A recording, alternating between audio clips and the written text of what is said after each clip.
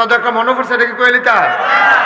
একবার একটা ইকো পার্কে গেছিলাম, ইকো পার্ক, যেন ঘোড়া, এরপরে গিয়া ইয়া টিয়া বেড়ে ইয়া কয়, এটা ওই আপনার ওই বড় একটা শেখ মুজিব সাফারি পার্ক। এই সাফারি পার্কও গিয়ে দেখি একবার হুদুদি ঘোড়ার ফিড উঠটা ঘুরে। আমি কিন্তু তুমি এই ঘোড়ার ফিড উঠতে এমনি ঘোরাও কিন্তু এটা মেহনত করতেছে না, কাউ এটারে এমনি ঘুরাইয়াও তো ঠিক রাখতাম পারি না।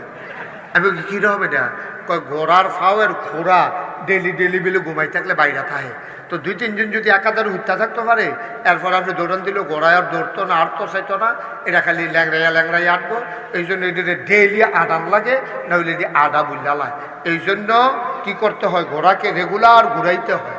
এই ঘুরাইলে কি হইব, তখন আর ঘোড়াটা ওই অচল হইতো না, অলস হইতো না, হলাইস্য হইতো না, এটাতে সবসময় কাজে লাগান যাবে। সুবহানাল্লাহ না কেন? যেরকম সুবহানাল্লাহ। এই সবসময় প্র্যাকটিসের উপরে রাখুন লাগে, আর নইলে সমস্যা আছে। এই সাইডে দিয়া রাখলে টান মুখিয়ে উঠে, ঠিক নিও, খুব সাবধান। যেহানো যেটা করতে হইব, শাসন করার করতে হইব। বান্দরের যদি কান দূরত দিয়ে রাখে, এই কতক্ষণের ভিতরে তো মাথা দুটা লাগবে, ঠিক নেই? খুব সাবধানে বাচ্চা কাছে রিসাইয়া রাখতে হইব, কোনো আওয়াজ যেন এখন না ইয়ে। আমরা সময় কম, ফুরানো সময় কামো লাগাইলে এমন লাগবো। তো জিবরাইলে মনে মনে করবো, আল্লাহ এটি বুঝি কথা, যেই আমি নবীজিরে যখন ফাতর মারণ শুরু করছে তায়েফের ময়দানে, জিবরাইলে আল্লাহ এমন ক্ষমতা দিছিল, জিবরাইলে ইচ্ছা করলে তায়েফের এই ফাটটা হেফারো, এই ফাটটা হেফারো, এমনি একটা ঘষা দিয়া নিচের মানুষটির ফিফটার মতো আমরা যেমনি ফাওয়ে ডোলা দিয়া মারি, এমনি মাইরা লইলে পারল। জিবরাইলে যদি এই হাতের ফার্স্ট আঙ্গুল সরাইয়া দুনিয়াটার উপরে এমনি হালাইয়া যদি এমনি একটা গুড়ান দেয়, এই 100 তলা 50 তলা বিল্ডিং ডি সহ এমনি গুড়ান দিয়া উপরেটা নিচে যাবো, নিচটা উফরাই সুবহানাল্লাহ কয় না? কাবা ঘরটা কি সেই তুলনায় বড় না ছোটো? তো এই কাবা গরান তো আরো ফেরেস্তা লইয়া যাইতো গিব। জিবরাইলে মনে মনে গো কি জানি ক্ষমতা টমতা কি কমাই লইল নাকি, ডাইরেক্ট চেয়ারম্যান থেকে ভারপ্রাপ্ত বানাই লইল নাকি, গিয়েব জিবরাইলের টেনশন থাকবো। এর ভিতরে জিবরাইলে ফেরেস্তা লইয়া গিয়া কাবা ঘরের জোরে যখন টানবো, কাবা ঘর কইব টানতা পারবা, লড় টানবা। সুবহানাল্লাহ কেন জি? টানতা পারবা, লড় টানবা। তখন জিবরাইলে ডাক দিয়া কইব, ঘটনা কি? আমরা যে এমনি টানাটানি করতেছি, আমরা লড়েন না গেলে আমারই নিতে পারবা, 3টা শর্ত আছে। কয়টা কথা কইতেন না? কয়টা শর্ত? 3টা শর্ত পূরণ করলে আমারই নিতে পারবা, এর আগে নিতে পারতা না। কয় কি শর্ত? কয় আমারে যে নিতে আসো তোমরা তো আমার খবর জানো না। ইব্রাহিম আলাইহিস সালাম এবার আর পুত্র ইসমাইল রে লইয়া এই কাবা ঘরটা ফইলা বানাইছে। ইব্রাহিম আলাইহিস সালাম আর ইসমাইল আর লোকজন নাইও, ইব্রাহিম আলাইহিস সালাম এই কাবা ঘরটা বানাইছে বড় কষ্ট করিয়া, ফুতে ফাত্তর মাত্তর বালু টালু সুন্টু নামগাই দেয়, আর ইব্রাহিম আলাইহিস সালাম গাঁথনি দেয়। বাপ বেড়া যুগালি আর মিস্ত্রি হইয়া আমার হুকুম পালন করতে গিয়া কাবা ঘরটা বানাইছে। কাবা ঘরটা যখন জানালা লেভেলে উঠতে আসছে, লিন্টার লেভেলে, ওখান থেকে ইব্রাহিম আলাইহিস সালাম লাগ পায় না, এটা ধরো ওষাকরণ দরকার। তখন আল্লাহ কইছে, আল্লাহ এখানে তো বাঁশ টাস ব্যাট ট্যাট তাই কাঠ বাট তক্তা মক্তা সেন্টারিং নাই, ওখান কেমনে গাঁথনি দেন? কয়েকটা ফাত্তর দিছি, এইটা তুলো। কয় ফাত্তরে আর খুব দূরও সইব, কয় উঠো না। ইব্রাহিম সাল্লাল্লাহু আলাইহি ওয়াসাল্লাম যখন ফাত্তরের উপরে উঠছে, তখন কয় ফাত্তরের কিতা করণ লাগবো কও। তো ইব্রাহিম কয় ফাত্তর উপরে উঠো, তো ফাত্তর সুবহানাল্লাহ কয় না? কয় ডাইনে যাও, তো ডাইনে যায়, বামে যাও, বামে যায়, উপরে উঠো, নামো। যেটা কয় ফাত্তর সুবহানাল্লাহ কয় না? এইটা ওহনো কাবাগরের কাছে সেই পাত্তরটা যেটার উপরে খেরুইয়া ইব্রাহিম আলাইহিস সালাম কাবাগরের ওয়ালডি বানাইছিল, সেই পাত্তরটা সৌদি সরকার গ্লাস দিয়া ঘুরে রাখছে। এটা আবার আমরা হজ গেলে যারা যায় তারা দেখি। সুবহানাল্লাহ কয়। ইব্রাহিম আলাইহিস সালাম যখন কাবাগর বানালেন, কিছু সুরকি কিছু বালু এইগুলা বেশি হয়ে গেল, রয়ে গেল। তিনি চিন্তা করলেন এখন এগুলা কি করব। আল্লাহকে ডাক দিয়ে জিজ্ঞেস করেন, আল্লাহ বালু সুরকিও ফুটছে, এডি হন কি থা করতাম? কইডি একটা কাম করো, তুমি ছাদে উঠো। ইব্রাহিম ছাদে উঠছে।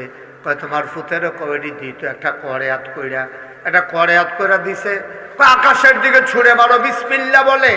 ইব্রাহিম আলাইহিস সালাম ওই বেশতি বালু কণাগুলা সুরকিগুলা যখন ঢিল মেরে পাথরের কণাগুলা ছুড়ে দিলেন, আল্লাহ বাতাসকে হুকুম করলেন, বাতাস রে ও বাতাস যাও যাও যাও, ইব্রাহিমের উড়াই দেওয়া বালুকণাগুলা পৃথিবীর জায়গায় জায়গায় একটা করে কণা পৌঁছে দাও। ওই কিতাবের লেখক কয় যত জায়গায় একটা করে ইব্রাহিমের উড়াই দেওয়া বালুকণা পড়ছে, কিয়ামত পর্যন্ত ওই জায়গায় একটা না একটা মসজিদ হওয়া লাগবেই। কয়তো এখন যে মসজিদ যে বিভিন্ন জায়গায় হইয়া রইল, তুমি যে আমারই নিতে আইছো, আমি কি মানুষের মতো? মানুষে না দেখছি নিরাল গিয়া দাওয়াত খাইয়ালায়, দাওয়াত দিছে সকলে, এবারে সকলে ডাক দেয় না, নিরাল গিয়া খাইয়ালায়। এবারে মনে মনে চিন্তা করতেছে পরে যদি না থাক, আমি যে সকলে লইয়া যাই গের বেন্দা, এরপরে যদি না থাহে তো নিজে আগে আগে খাওয়ানোর লিগিয়া গিয়া সেরা বইয়া থাহে, লগের ঘরের বেটারও ডাক দিয়া নেয় না। আসেনি এরকম না তা? আমরা মানুষের স্বভাবগুলো হয়ে গেছে এখন কুকুরের স্বভাবের মতো, কুকুরের স্বভাবের মতো হয়ে গেছে। মানুষের স্বভাব অহনার নাইও, এখন কুত্তার খাচ্ছ তো হয়ে গেছে আমরা। কুত্তার আপনি 3 টুকরা গুস্ত দিয়া চাইয়েন কিতা করে, ওখানে আজ চাইয়েন যদি বেল থাকে আজ চাইয়েন 3 টুকরা ছোটো ছোটো গুস্ত অথবা 3টা আড্ডি যদি কোনোখানে টোহাইয়া ফা, কোনোখানে বিচারবেন কিন্তু রাজ্য তারাবাই হুজুর খাইছে, তারাবাইতে দোফাইবে 3টা আড্ডি অথবা গুস্তের টুকরা অথবা চর্বি মর্বি ফাইলে একটা কুত্তারে ডাক দেন না, ইটা দিয়া 3টা গুস্তের টুকরা দিয়া চাইয়েন কিতা করে, দেখবেন একটা কুত্তারা চাবা, আরেকটারে ফাড়া দিয়া ধরা রাখে, সামনে যেটা এটা ফেলে চাইয়া থাকে, কেউ এনে লইয়া যাই খাচ্ছ আমরা সেই জায়গা পেয়েছি। ঠিক কিনা কম? ঠিক কিনা কম? কুত্তায় একটা খায়, একটা সুলন দিয়া ধরে রাখে, আরেকটা ফাইল চাইয়া থাকে, কত নাদান। এবার চিন্তা করো তো, এই চিন্তাটা করে না আমি যে কুত্তা, আমি খাইলে সারবো, আরো কুত্তা তো আছে।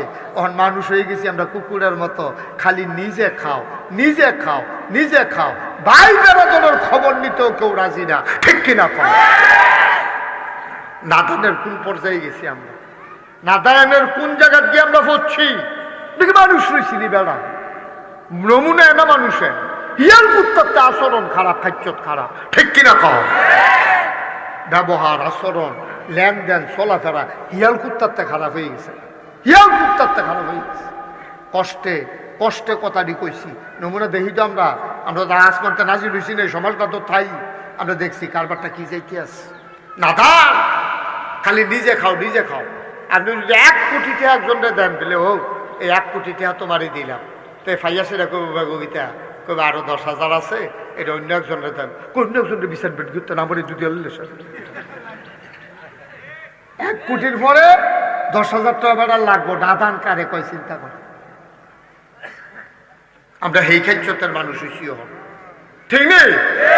বনেনি বনেনি কথা বনেনি, আমরা কি মানুষ হয়েছি নিমিয়া?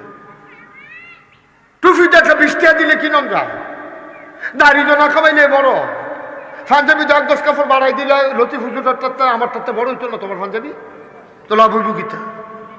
পাঞ্জাবি দিয়ে হুজুর, পাঞ্জাবি দিয়ে হুজুর, টুফি দিয়ে হুজুর, দাড়ি দিয়ে হুজুর। খাইতে খাইতে একটা কথা আলাপ করছিলাম, এটা এখন কন যেত না, কন যেত তুমি কন যেত না, না না না আর না সহ্য হইতে, আরে ফার্স্ট লাগবো এটা।